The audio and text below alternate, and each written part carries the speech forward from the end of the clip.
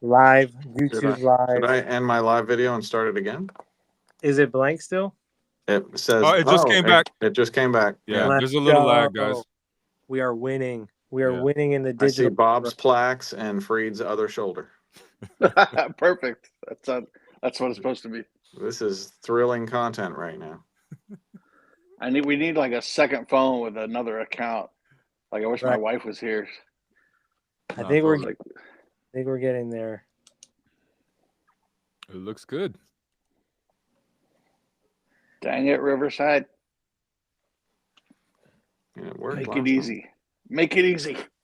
I still don't see me on this. I see a piece of Fareed and Bob's plaques. I see Yeah, you, Can Ken. someone I see you, in the Ken. chat state what it looks like? Do you see 4 people? What up, y'all? How does it look? How's everything feeling? How does it sound? Everybody hear us loud and clear. Welcome, welcome. This is Faders of the Lost Art. We are live and direct, where legends drop gems and the faders never lie. My name is Nico Hamui. We got my boys in the building, Fareed Salama, Ken Lewis, Bob Horn, legendary folks coming here to talk straight up. So buckle up, because this one's going in the vault. We got a lot of new stuff on the roster, but quick shout out before I get started. Let's do a little spotlight for the brands that help us keep moving, help us keep those faders pushing. You know what I'm saying? Big love to Avid, Arturia, Cloud Mics, Dutch and Dutch, of course, Mixing Night Audio, Make Believe Studios, and many more. Thank you guys for supporting the creators and all the people that support the craft of audio engineering, etc. Wolf Audio.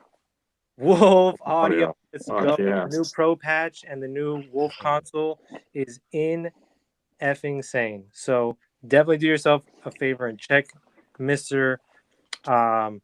Genius himself. I mean, Mr. Wolf, his new products. He's got a lot of cool stuff coming out. And don't forget the headphone box too. That's pretty sick. But let's get right to it. Ladies and gentlemen, boys and girls, thank you for joining us. Faders up. Yeah. Real quick, Nico, I want to shout out Criteria, man, for always being so supportive and giving me a spot to come and shoot all these podcasts. It's just a legendary place. Has great energy.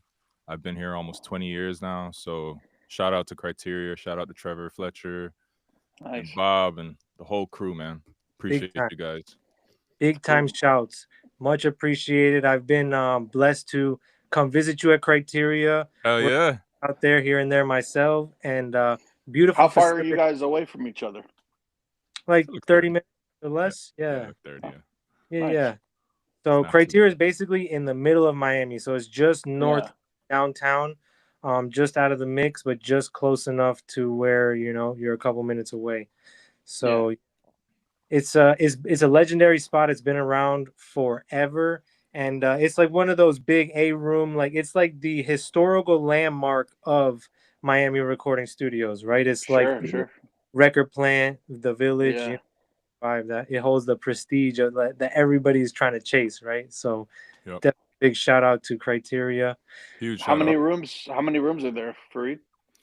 You have so you got A, D, E, F, C, 5 main rooms downstairs, and then upstairs there's B, there's mastering where I'm in right now, and we have like an Atmos room that we just kind of opened up. Nice. Yeah. So they still have the Layla piano there?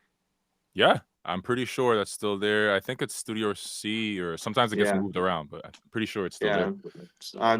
I did a record in Studio C many years ago and sat down to that, and there's no other piano like that. You start playing Eric Clapton Layla, and it is exactly the sound. Insane. It was mind-blowing, man. It was so cool. Nice. It's really crazy, Lots of legendary records.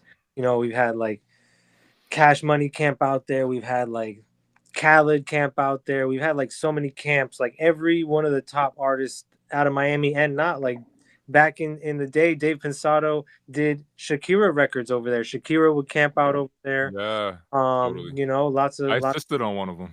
And you can't. Hey, there you go. That's right. That's right. You and Dave have history, bro. Yeah. And we crazy. can't go and talking about Miami history criteria without giving a big shout out and a quick little moment of silence for our boy Gary Noble. Oh, for real, man. Of course. Gary the GOAT. The GOAT, man. Legend. Rest in peace, Gary, for sure, man.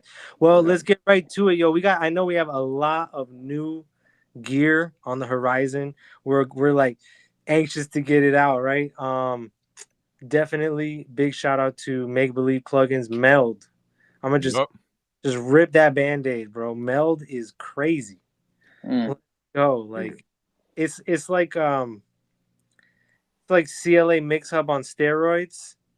They might be a little upset I use that analogy, but it's one of those plugins that you can enter. I guess what they like to call it is like floating mix bus, right? So you can put this on all your channels and it'll kind of sum it, you know, in one user interface. So you can basically mix from this plugin, right? Similar to how FabFilter does their stuff, where you can kind of see and change EQs. If you put, you know, a FabFilter Pro Q4 on every channel, you can kind of see how they interact with each other. Similar to this, you have like a lot of compression settings, grouping, like an amazing amount of stuff under the hood. You can definitely do a lot of cool, you know, like grouping, compression, grouping EQ, turning, you know, just the way you handle your mix is pretty nuts. It's really, really flexible, man. I'm still learning it, and I've had the beta. I've been using it for a while now, and I'm still learning it. And yeah, it's crazy what you can do. There's lots of tricks, and there's so many different. It works pretty much different. Have you guys seen the video going around with Ari Morris talking about the floating point mixing? Yeah, it's kind of a cool trick you can do with Meld, where I think you got to engage the external side chain, and once you engage the external side chain and you link either the compressor or the limiter, like there's a trim output, and the trim output doesn't affect, it's like after the limiter. So you can boost, for instance, you got an 808 that's hitting the limiter, you can boost the trim output of the 808 if you needed more 808, and it's not going to like affect the overall. Right. Rick Carson was telling me about that. Yeah, they can explain it much better than I can. We got to get them on one day, but man, it's a game changer, bro. It's really crazy.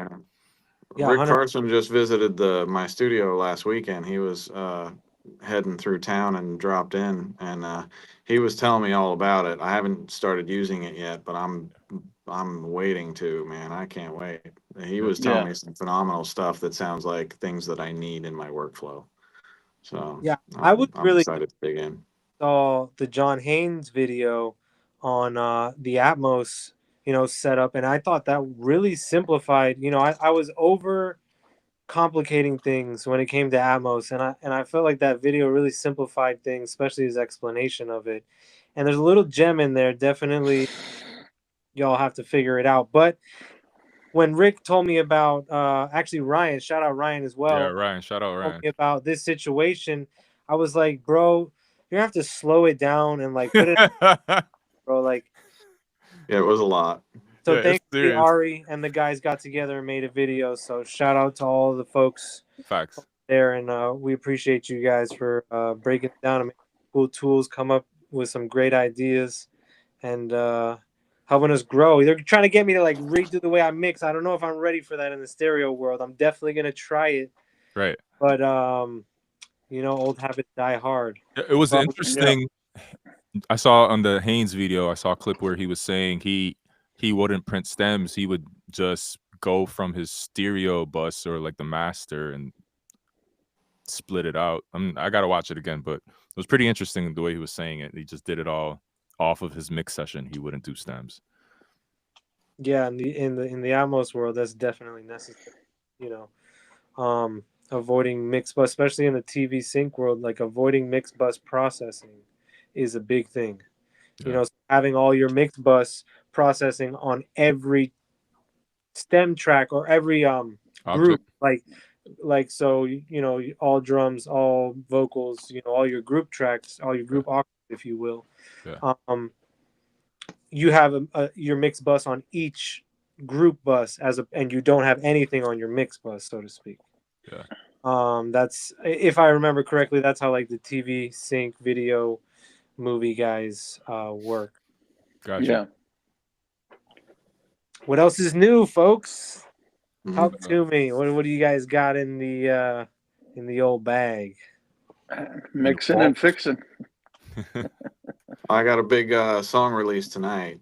At midnight tonight, I got new artist Coburn. You can follow her at Coburn Official. She's dropping her very first single called Super Ugly, produced by me and George Lever of Sleep Token fame. And I co-wrote it with, well, actually all three of us wrote it. George worked on some of the music. I worked on vocals with Coburn. Her album, we finished the album. We worked on it about a year off and on, and that album is phenomenal. So if you're like a heavy rock fan, go follow Coburn Official. Check out Coburn on streaming. It drops midnight tonight, and it's a great single. I'm super Nice, stoked about it. I definitely got to check that out. Thank you. Coburn, Super Ugly. Nice. You guys did the Atmos also? I still have yet to do the Atmos on Super Ugly. George mixed the single, and I'm supposed to mix the Atmos, but I haven't gotten around to it yet. Nice. So, no, it takes some time. Yeah. Yeah, I think you can add the Atmos after the song is released, so I'm not really worried about it. Yeah, I love that. You know, just update it. Yeah. It's cool. You guys been getting any further deep into AI stuff? Oh my gosh, it's never ending. No, not any of like the new AI tools that aren't. I want to check out the Waves. Is it Imagine? What the heck is that thing called? Where it's kind of like a parts generator instead of like a song generator. That seems interesting to me. Yeah. You know, I haven't checked it out to see what the quality is like yet, but I like the idea of it being like a parts provider instead of feeding you the entire song. Yeah. Cool. So yeah, I like that. Illusion, that's what it's called. Waves Illusion. Yeah. So I had a maybe I shouldn't say the name. I had a big time producer that didn't like the way the background vocals had been performed. So he re-sang, they were female background vocals. He re-sang them and had AI turn them into female and then bounce stems and then gave them for mixing. And it was great. I mean, the performance was exactly what he wanted, the inflections, the dynamics, everything. But the quality, like as soon as you start processing them and panning and digging in with EQ and de-essing, it just gets worse and worse the further you go. yeah. And so I'm just kind of disappointed in the quality with how awesome the tool is for productivity. The quality just is not even close on the other side, you know. What tool is that? I don't know what he used. I'll have to ask him, but Gotcha. there's you know, like a lot of these AI stuff, like my favorite one so far has been Moises, like the paid top tier of it.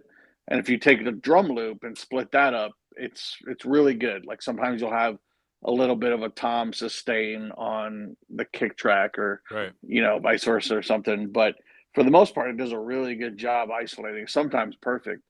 And if you turn the stereo loop into like 6 faders and you leave them all at unity and you don't do anything, literally I cannot hear a difference. But as soon as you change the balances, put plugins on, if you go too far, it just, well, not even too far. If you just start going like far and mixing, it just gets like the quality just goes downhill. And then if you try to get into a full track like strings and piano and bass and all that, it's like, I don't know, it's just not great. And I'm surprised it's as good as it is, but the Well, problem I think I'm dealing with is the quality isn't as good as the productivity.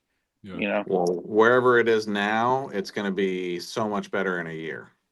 Right. Yeah. That's the scary part about all of this tech, is it just keeps getting so much better so quickly. Yeah. And that's just going to keep evolving like that. And pretty soon all of your complaints are going to be completely Absolutely. rectified. So yeah, because that would be someone I forgot who said this, a pretty prominent figure. I forgot who it was, but they were saying how AI, what makes music so important or special is the imperfections, right? Humans, Right. we have imperfections. We have sitting on the piano, like kept the take, or just like silly mistakes like that, that AI will kind of like scrub out, or it would tend to like fix, be like, okay, that's a mistake, let me fix it, let me try to make Yeah. it perfect, so maybe For that's now. where, right, for now. So I'm like, it must be pretty simple for the machine to see like the errors that it fixed, and just be like, hey, let me not fix these, just to implement some more human characteristics. You know what I'm saying? Like, Right. Yeah, I just don't like think humanize and quantize. right. So I don't think that's gonna be way too hard. I think they can do that really easy. Yeah. Well, like Ken said, like eventually, maybe next year, maybe 6 months from now, like there's still, especially in the visual world, like if you do an AI, whatever, like a skit or comedy thing or whatever, sometimes there'll be like an extra arm will just be on a person, Yeah. and or Or like extra finger. Yeah. yeah, like and then all of a sudden it'll be gone, or like there's like weird glitches still, Totally. and at least with Chat GPT, I'm not sure about the other ones, but if you ask it to do something and it does it almost perfect, and you ask it to change one thing, the next rendition might get what you asked for perfect, but now something you didn't want changed is changed. Yeah. So you'll tell it, no, keep that. Why did you change that? Go back, keep that, and just change what I asked. Yeah. And I fought with Chat GPT for like 2 hours one day, trying to convince it to leave something alone. And so there's some oddness with Chat GPT, with AI, where it's like you feel like it's so easy that they could fix that, but something makes it difficult, and I think it's a matter of time. I think it will happen, but yeah, it's interesting. It's fun and scary, and in a year we're all gonna have robot maids in our kitchen, so it's gonna be awesome. Yeah. Yeah, I mean, ChatGPT has virtually replaced Google for me. Yeah. And it just seems like better answers and more effective. But I've had that same dilemma with you, that when I'm trying to actually do work on it and not just Google things, that when you ask it to do something, it is that battle. I've been there the same way you have. Yeah. I like Google AI also. I think they're trying to play catch up with ChatGPT, or because recently I feel like it's much better. Like quicker responses, more in depth, and it gives you the breakdown, and it will like compare different plugins and tell you which one to go with and stuff. So I like it. Has anybody used the Google's version of like Midjourney? I can't remember what it's called right now. No. But apparently it's supposed to be way better. Like very noticeably better. Yeah. Yeah, I think everything's exponentially just moving really fast and quicker than we even think. Yeah. I think the computers are hearing our complaints. They're like, they think we're slow? Right? Doing whatever they can. They just released the M5 processor today. That's right. But it's only a base model and no Max or Pro chips. So everyone's trying to figure out, is it faster than the M4 Max because it's an M5, but it's a base model? So probably a couple days here, and we'll have a couple of, actually, it's not being released until October 22nd, if I'm not mistaken, shipping. And of course, we'll get some guys that are gonna take their old MacBooks or old now, their M4 Maxes and compare them to the M5, benchmark them for us. So just a couple days here, and we'll have full results. Yeah. But I'm definitely very interested in seeing what's happening or what will happen, because I'm also in the market for a new laptop. And also, don't forget there's a leasing option for Apple products. So if you're like, this is getting a little out of hand, I need to maybe think about leasing these things, and so I can stay up to date. There's definitely a leasing option. So check that out.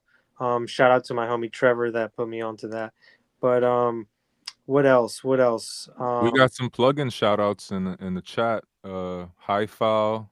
Yo, Hi-File's dope. Hi-File. Been using that. And Gold Clip. So everyone that knows Gold Clip and Orange Clip, legendary in the game already. And now he released Hi-File, which is like a high frequency processor. It's not like it's like a tamer, but it's like we're gonna smooth it out ever so gently so that your whole mix can kind of get louder. Am I correct on that? Did they take the Alchemy knob from Gold Clip and just like expand it into its own plugin? No, it's basically a high frequency compressor and limiter separately. Gotcha. So the limiter section is its own section, the compressor section is its own section, but you have, how isotope products, when you're dealing with frequencies, they have the little handles. So you pull one handle down to like 5K and the other handle up to like 1.2, and then you're isolating that little section. It's just like that. It has handles. So you set your handles for the compressor section, and then it has attack, release, threshold, and then gain makeup, and then stereo link. And then because with high frequencies, stereo linking of a compressor is a lot more obvious. Yeah. If it's linked 100% or looser. Yeah. And then next to that is a limiting section, which is really nice. I actually like that side a lot. The only thing I'm missing on Hi-File is a mix knob on the compressor section, because I want to over compress and then blend the mix back. But he said he might do it on an update. That'd be sick. But it's just great for smoothing out. It like really makes high end sound like mastering quality, smoothness, like just it's just a thing. It's like a butter, just put on your mix. You use it on your vocals also, or just like a 2-bus on your mic? I have, and loops, drum buses, anything you want to take on the high end. Yeah. Fire. Yeah. You mentioned stereo linking is crazy because the AL1 limiter that I was I've been using that too. Have you tried it? Have you guys messed with it? I'm like 4 or 5 mixes deep in it now. Yeah. That thing is crazy. Yeah, I was using the beta, like the first 5 or 6 betas, and I just installed the latest one today. I haven't tried it yet. Stereo linking was one of the options that they added that wasn't in the original beta, and now it's like added on. And yeah, it's pretty nuts how much that changes the character and the sound, and Sure. Yeah. I haven't tried that yet. I'm gonna have to dig into that. That's kind of cool. Yeah, I've noticed that Type 1 and Type 2 are different, and I'm leaning towards Type 2 so far. Right. Which is just like a little bit of soft saturation, I guess. Yeah. We were talking about the oversampling. I still got to figure out if the taps are. I think they just got rid of the taps. Okay. So now it's like set filters or set something, but it's not. Because I reached out to them and I was like, what the hell are taps? They're like, oh, they're gone on the next build. I was like, okay, I won't worry about them then. Fine. I know it had something to do with oversampling, and the higher it was, like the better. But and apparently that helps with true peak limiting also, because I was asking him, I'm like, hey, what about, do you guys any true peak brick wall limiting, so we don't pass certain, -1 or whatever? And he said, well, if you enable the taps, the higher you go, like the more true peak limiting gets implemented, something like that. I'm not really that far into the coding side of things, but it was interesting to hear that. Yeah. That's cool. You guys know Is it? Gullfoss? Was it? You guys know Gullfoss? The Oh yeah. the I kind of have like it. I've never really gotten into it. Same, man. It's a little bit complicated to figure out, but That's why I don't like it. Once you find the sweet spot, and obviously it's it does a thing, right? So you kind of got to learn the thing and not necessarily mix into it, but know what it does to your mix and know like how you tend to mix. Like, for example, I tend to mix a little bit bright, so then I know once I kind of implement that, it's going to smooth things out or whatever. Now I've been experimenting with Hi-Fi, but that's kind of one of the things that I've been using to kind of dial in and tame and kind of just smooth out the top end of my mix, to keep me from getting too bright, but keeping that excitement. Now, Gullfoss, one of them expensive plugins. It's up there. I don't know. It's from a company called Sound Theory, and Sound Theory came out with another John called Crafter. Oh, I haven't heard of that. Crafter is, how do I explain it? It's in a way kind of like K-Clip. It's like orange clip, like the multi-band clipping, and then you have the thing that I like about it is like you have like an XY grid, where you can drag around and get different like blends of distortion, etc. So I thought that was really cool. That's something I've been just trying to incorporate, and you can't use the same thing every time or the same thing every song. So True. Even though some of these are kind of redundant plugins, like, oh, I've heard of that before, I have my go-to thing that does that, sometimes the new John just sounds good. No, for sure. Crafter definitely gets loud, but you have to be okay with a little bit of the sound of clipping. Yeah. With whatever you're doing, but on a mix, man, that thing. If I was mixing EDM all the time, I'd be using Crafter on every mix. But Gullfoss, my theory on Gullfoss is that it's better for people that go less crazy on individual instruments. People that do more bus processing, and not every single track is, when you solo it outside of the bus, is perfectly EQ'd and everything. But I'm more of like, I dedicate time to every individual instrument and get it sounding great. And then my bus processing, my bus processing is a little more minimal. But I feel like Gullfoss, if you've already gone crazy on the individuals and then you put a Gullfoss on a bus, it can like all of a sudden be too much. Like it's taking the soul out of the overall bus. So I've definitely used Gullfoss on like a string group, where it's just like a bunch of strings, or like a horn group. But when I try it on the stereo bus or big buses with like all of the instruments or all of the drums, it's too much. But I think it's not the plugin, it's me and how I've already mixed the individual stuff. I think that's why it works for me on rough mixes, like because I'm not doing all that, I also don't think Gullfoss is one of those slam the knob side to side. Like I use Gullfoss under 20 on both. Like I'll use like a 13 and 18, or like a 6 and a 12, and like just barely. And I know it sounds like we're like nitpicking a 0.1 of a 0.1, but every here and there, depending on the mix, right? Depending on, like Bob said, how much you're slamming your mix bus and what kind of stage and where in your mix bus you're putting it. For me, I like it on the mix bus, but I just give it a kiss, just a little. Yeah. That's how I treat most of the things on my mix bus, just because limiters are like sensitive. They don't like to overwork. You overwork them and they start breaking up, and you hear them fall apart and shit. So if I anyone try the new L4? No, I haven't. I haven't tried the new L4, but I've been hearing some. Oh yeah, I saw Wayne Wave post it. It has like upward compression.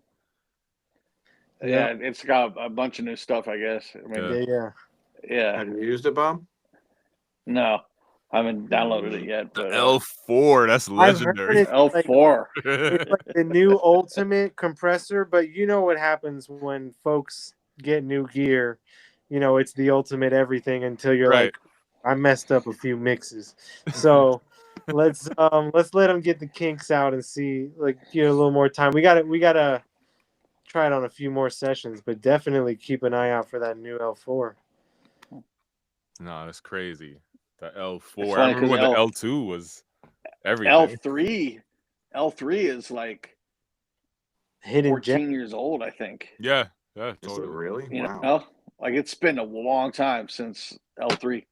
So I mean, when I found out about L2, L3 existed, L1 existed. So yeah.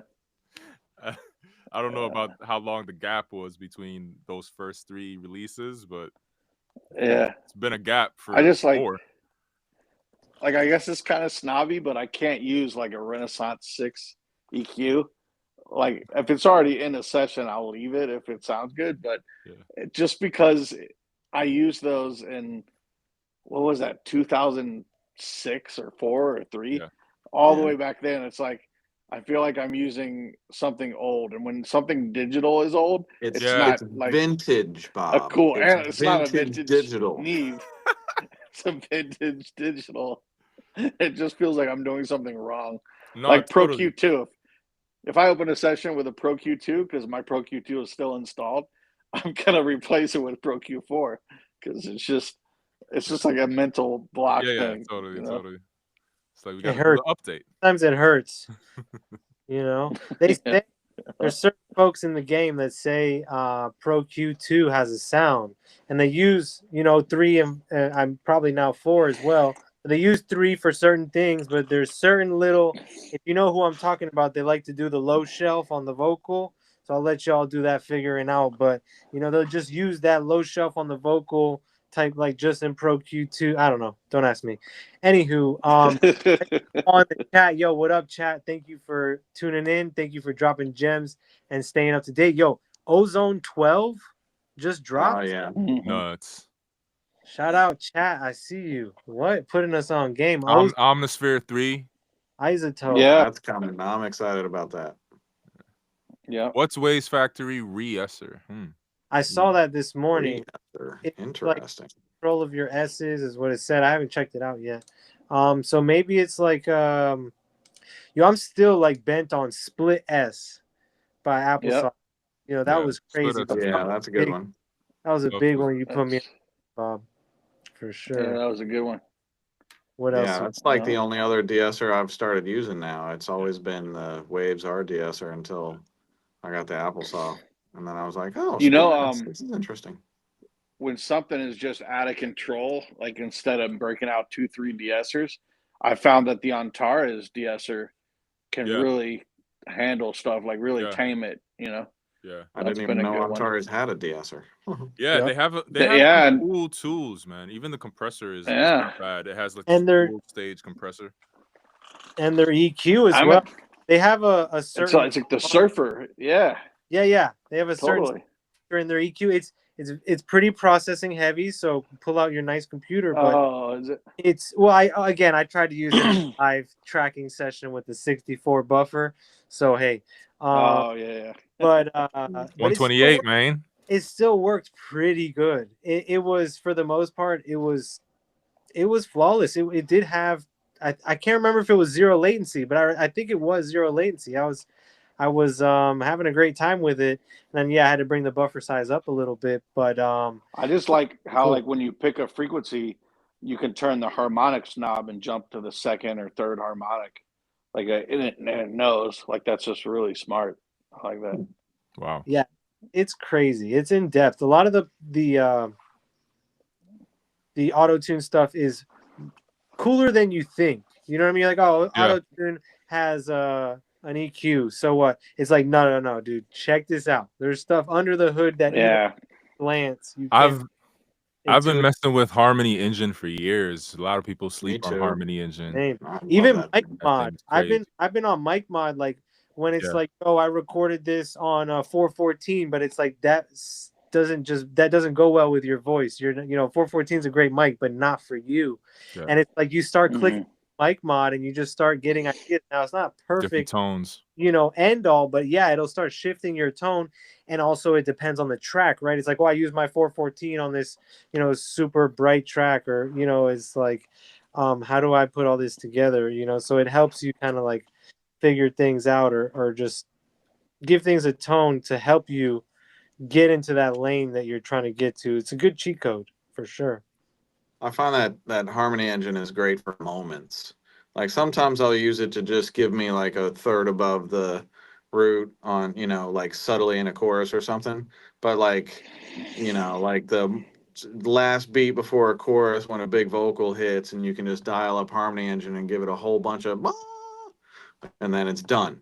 And that kind of shit is like really cool to kind of transform your mixes and add some excitement sometimes. I like that. That's cool. Hell yeah. Now you just tell the AI, say, hey, exactly. I need a harmony. Give me the mid, give me the low, give me the high, so I can pan them. Oh shit! Yo, how do you guys like to do backgrounds? Motherfucking live on the IG. What's the deal? I didn't see everybody. Yo, shout out all the homies, Lawrence of London. You know what I'm saying? Fader. Nice. Shout out everybody. Slow burn the homie, all the homies, dude. Joey Sturgis, shout out my guy. Hey Joey, what's up? Crazy, awesome. Is there a difference between SPO Machine Head versus Make Believe Mix Head? Who's gonna tell them? I'm still on the Make Believe Mix Head. Yeah, there's definitely a difference. Yeah, a bunch of people have said there's a difference. I haven't experienced it myself.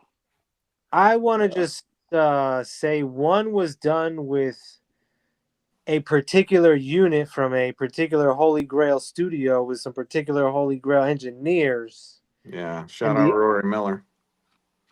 Right? And the other is like the OG company. But we'll just leave it at that. I think both are really good tools, and you should experiment with both and see what you like. What annoys me, which has nothing to do with engineering, is that our buddies Make Believe Carson released that, and 2 months later, they released theirs. Yeah. It's just like the timing was just kind of like because that was kind of a jerk move, untasteful. But, I think the timing was a little untasteful. Yeah, I mean, like Nico was saying, Make Believe has the real deal unit. Right. Well, that gold preset, man. Y'all know what I'm talking about. That's basically where I started. That gold, that's something about that preset sounds completely different from every other preset, and I'm still trying to figure it out. It's not just the McGurk that it changes gold, but and if you notice, if you move a knob, it turns back red, and then like right when you get it at this right spot, it'll turn gold again. Oh, so, I didn't experience that. What? It's cool. It's crazy. So there is a fine predefined setting, if you will, right? Yeah. I don't like the shadiness. It happens, and there's no like my real like shade evaluation is like, what other plugins have you come out with? Like Make Believe is coming out with plugins like every other month. Yeah. And you haven't made a plugin in like 17 years, and all of a sudden you're going to make a plugin identical to the one that came out 2 months ago, like Bob was saying. So, again, we'll leave that at that. You didn't hear it from me, right? Like In-Trigger. In-Trigger. Yo, that's hilarious. Waves In-Trigger. I've never heard of a drum. Not a ripoff at all. Yeah, that has, it's OG to many cool things. The VSX keep growing. I was like, when I first heard VSX, I was like, really good idea. It might need some fine tuning. And dude, the next day they fine tuned it. And then 2 weeks later, they're like, dude, we totally redesigned it. It's like amazing. And they've still been doing that. I'm still fortunate enough to be on the beta team and getting all the updates. And they're still 4 or 5 years later, still putting out like facelifting updates, completely like renovating, renewing, and redesigning. They just released Warren Hewitt's room, right? I think they did Warren Hewitt's room, and they're working really hard on nailing the immersive situation. Yeah. So they have something going, but just like I was saying, the first version versus the latest version, they're kind of in the first versions of immersive. So in a couple revisions and a couple, the community gets together, and the beta community is amazing. Once things kind of get dialed in and all the kinks get worked out, I think it's going to be pretty impressive in the immersive world as well. Yeah, dude, I want to hear that console Paul Wolf made. that immersive console. It looks all analog. Amazing. Yeah, that looks crazy. Like I've only seen it at the shows, but it looks fun. It has but those VSX headphones. What's that? No, I was saying it had the surround panning at the top. Well, I'll go. Go ahead. Yeah. Oh yeah, yeah. Gang. Yeah, Paul makes some crazy stuff. But before I get back to Paul and the fact that he just bought Pultec, those VSX plugin or the VSX headphones, those are my tracking headphones. I fucking love those things for tracking.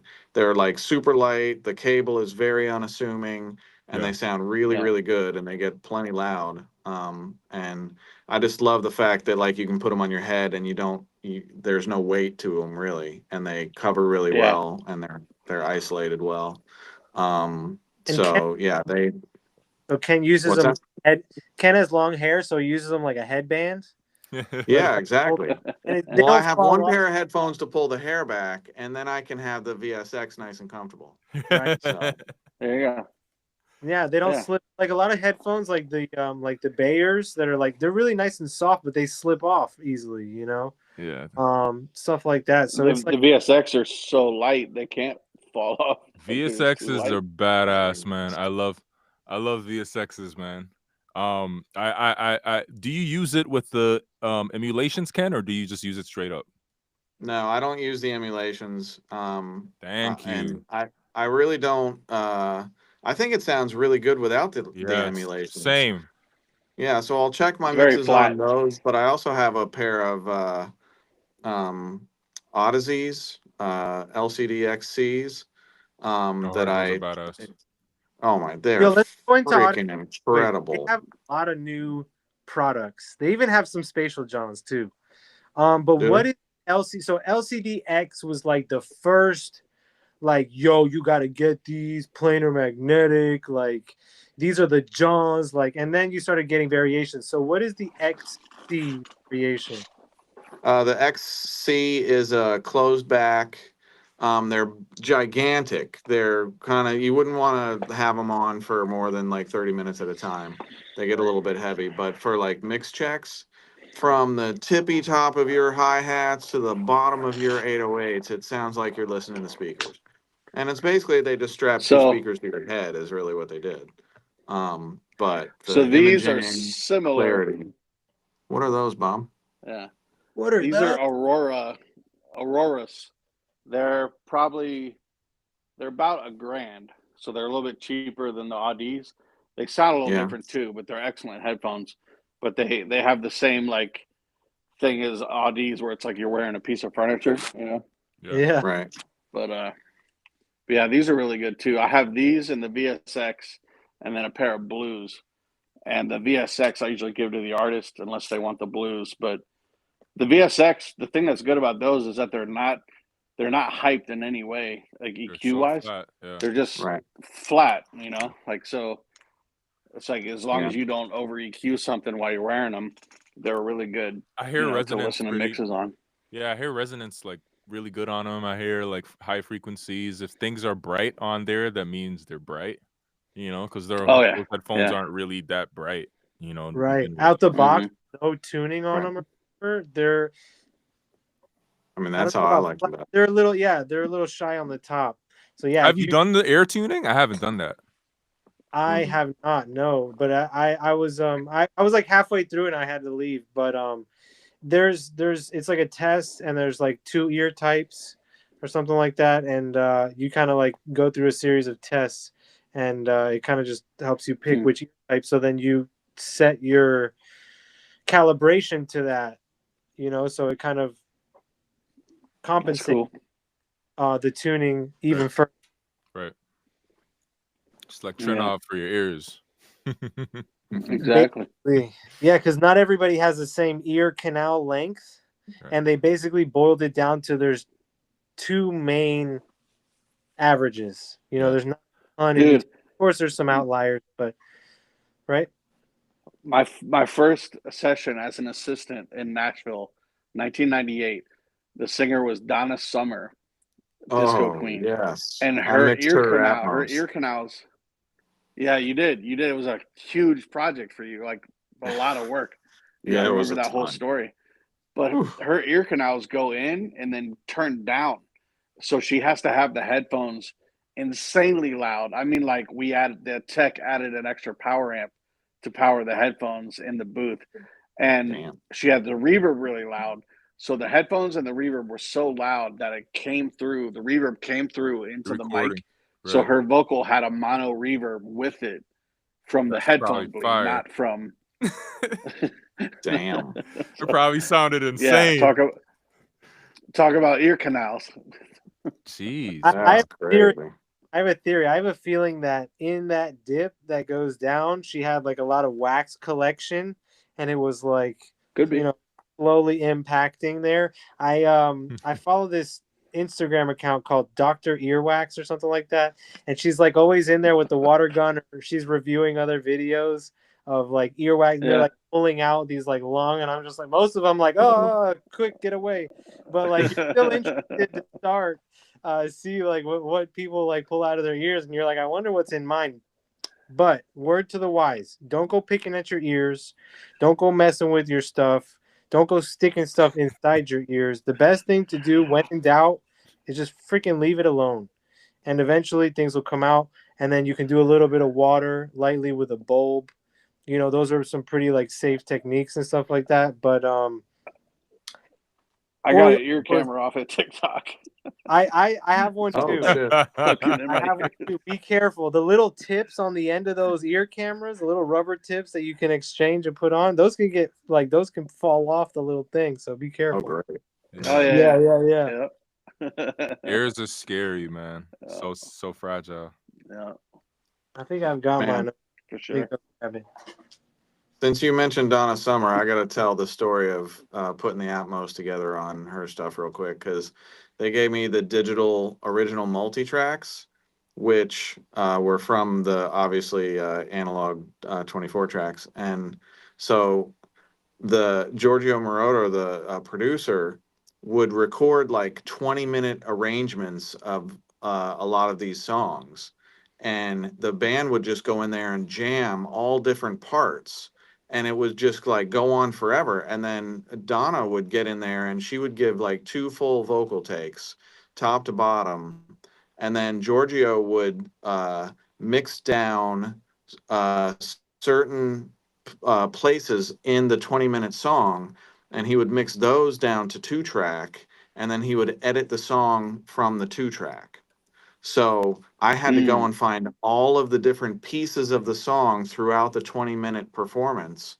And it was like, the verse 1 was at 2 minutes, and verse 2 was at 13 minutes, and the hook was at 5 minutes, and the second hook was at 7 minutes. And then you'd have to compensate for analog drift of the tape machine. It was a freaking nightmare to put together, but it was the coolest experience, just seeing how he produced these records, and the bands on those things were just phenomenal. So it was really like a different era and completely different mindset of record making, which was super fascinating. But it made the Atmos incredibly difficult to do. Sure. Same, man. That's crazy. But you need two assistants. Yeah, it was like being a scientist trying to get just figuring out what parts to assemble to make the actual song before I could even mix the Atmos. And then I'd have to mix the stereo mix to match the original stereo mix as close as possible. And then I stemmed it out for Atmos and mixed the Atmos. It was a journey. Yeah, it sounded like a lot of work. It was a ton of work. Yeah. It was a ton of work. All of my Kanye sample recreations came in real handy when I had to mix that stereo and match the stereo. So, dude. Gee, man. You guys hear, like, it sounds easy sometimes, but it's a lot of work involved in recreating samples, and sometimes it's hard, like figuring out how someone else EQ'd, like their style of EQ and matching that, like, but you're approaching it the way you EQ, right? So like sometimes you have to do some odd things to land where they landed, Oh, and dude, the Donna Summer strange. mix engineer, shout out to that guy. He dug in. Like, I had a lot of figuring out to do, and all I could do was A/B between the original master and my raw multi-track. And boy, did he really dig in with EQ. Wow. And it taught me some new techniques, which was the most fascinating thing for me. I was like, I learned stuff about that I still incorporate into some of my mixes today that I never would have if I hadn't gone through that project.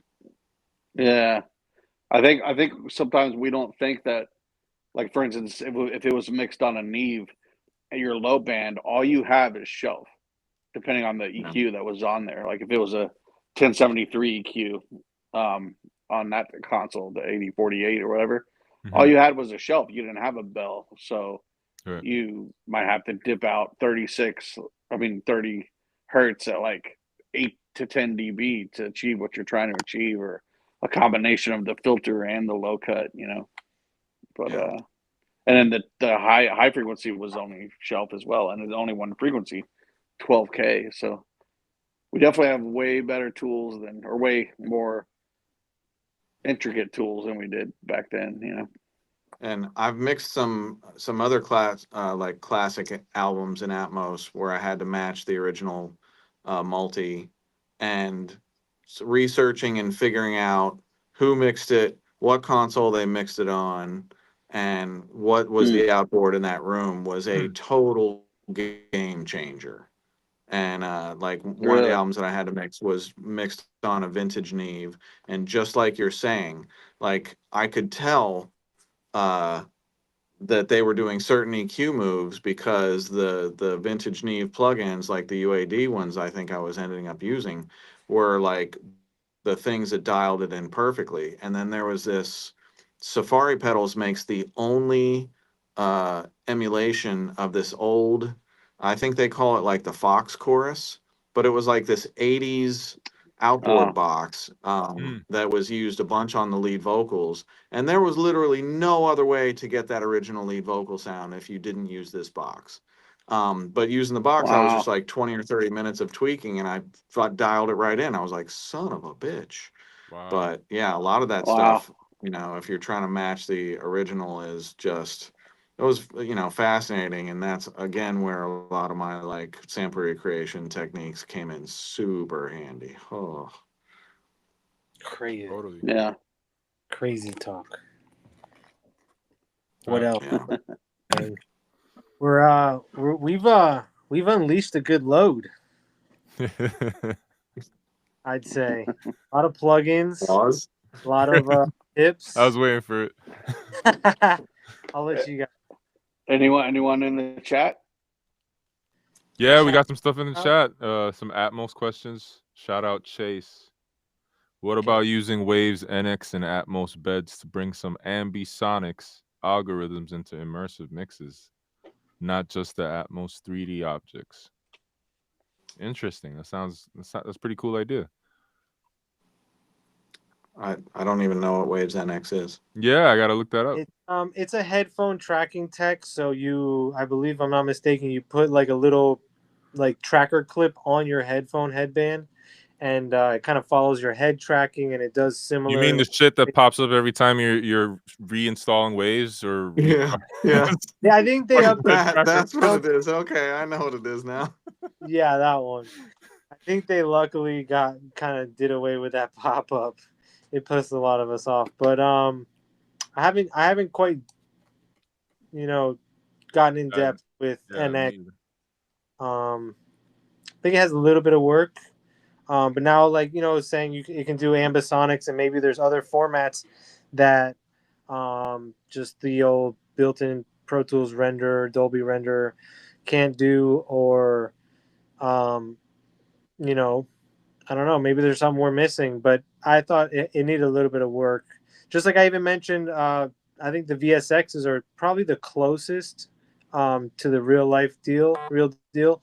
But like I was mentioning, it's still early on in that game. Yeah. As far as the immersive stuff. Has anybody gotten their ears scoped by Sony for their immersive? Yeah. stuff. 360. That technology is mind blowing. So they put these kind of weird, No, like it's web, amazing. like microphones into your ears, and you got to do this at the Sony's room, I guess, or maybe they can come to your room. I'm not really sure, but I got done it. Damn. yeah, I got it done at AES. And so, but you're listening to the speakers in the room, and they're playing this thing while they're scoping your ears. And then you put on the headphones, and sounds exactly like the imaging of the room. It is stunning. Yeah. Wow. And I mean, like, it's like you forget that the headphones are on. Which it's headphones? just amazing. Is it the black? Is it the like? Is it their? Yeah, the black closed Sony back joints. Sony headphones. Yeah, the ones that are like pretty much. It's not the remember the headphones that they 7506, use. but No. yeah. No, it's not the cheap ones. It's like their Air Max competitor. It's Right. like the one that does. Yes. Right. I heard that actually sounds better than the Air Max. I've only heard the Air Max. I haven't heard the Sonys. I believe they're different formats. Sony 360 and Atmos. Right.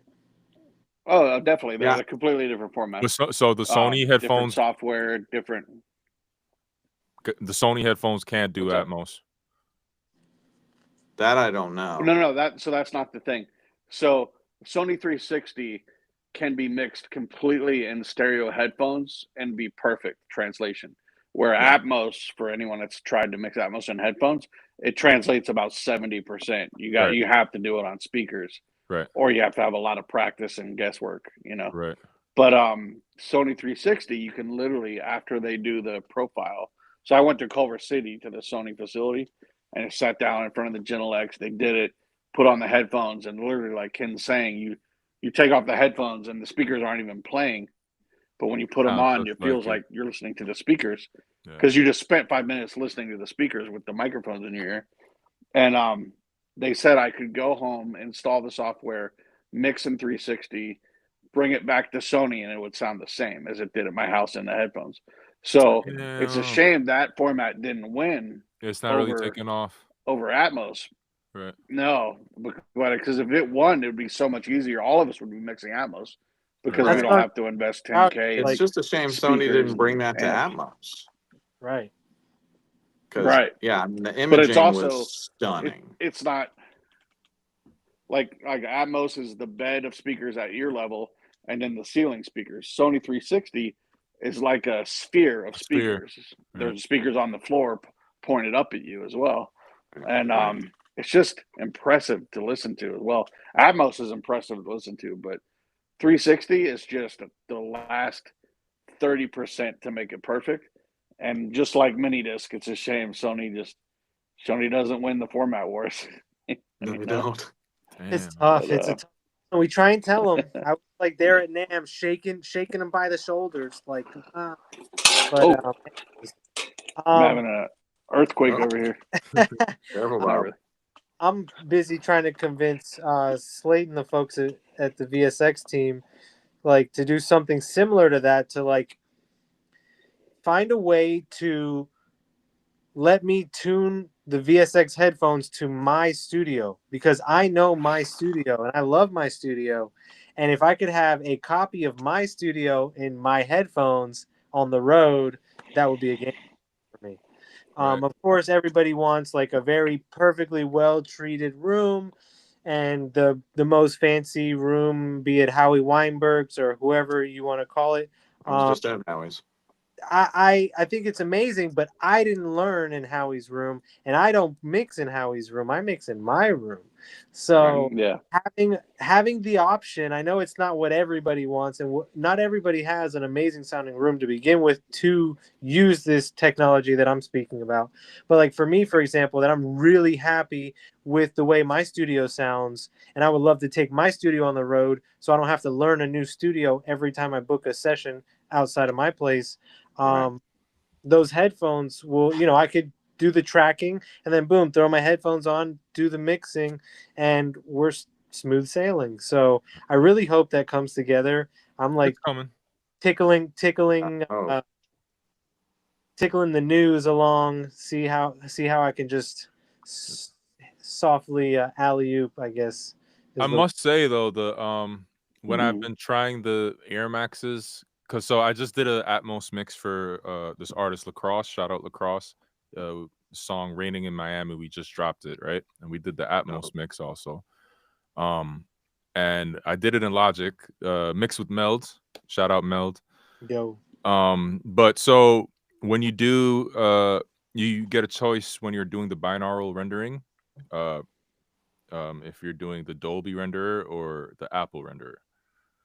And for some reason, when you do that, well, not for some reason, I guess because it's Apple technology, but when you render it with the Apple renderer and you listen to that on the Air Maxes, it sounds better. It sounds tailored for Apple. You know, but when you listen to the Dolby renderer, it's more like of a standard, and I guess the Dolby is what like Tidal is going to play back, and like other places, other platforms will play back. Yeah. But on Apple, Tidal and movies. Right. So yeah, it's just interesting. It's interesting that you get like a different flavor. You know, like it's like a different. Yeah. It's crazy. That's cool. Yeah, shout out Howie Weinberg. I was just out in LA and was in his room again, and man, his room is so dialed in, and I just love his mastering work. He mastered the Coburn album that the single's dropping tonight. Nice. And he just mastered a single that I produced for Anushka Sen, and man, that his studio just sounds phenomenal, and so do his masters. Nice. Heck yeah. Amazing work, ladies and gentlemen, boys and girls. We're getting to the top of the hour. I think we shared enough sauce for the day. For the week, we'll catch up with you guys soon. It's been a real pleasure. A lot of knowledge. Let's see what it's been crazy. There's a lot of plugins coming out at a very fast, alarming rate. I like it. I'm not mad at it. Thank you guys for making cool tools for us to experiment. Could feel a little overwhelming, but don't worry. Music is changing. We are moving forward. Everyone's figuring out this AI thing, and we'll get there. Together, we are stronger than alone. And remember, music is a team sport, right? So, big thank you to my co-host, Farid Salama, Ken Lewis, Bob Horn. Big shout out to our executive producer, Big Lou. Big Lou. Friends that sponsor us and help drive the creativity home and create the tools that we love to use every day. So big shout out to y'all. Thank you to all of our faders for tuning in. Thanks for being loyal supporters and fans. Thank you for coming to seek out the knowledge from the truth tellers and the taste makers and the cool kids. Y'all are always welcome to sit with us. There's always a spot at the table, and we'll see y'all next week. Faders of the Lost Art. Peace. See ya. We're out. Nice.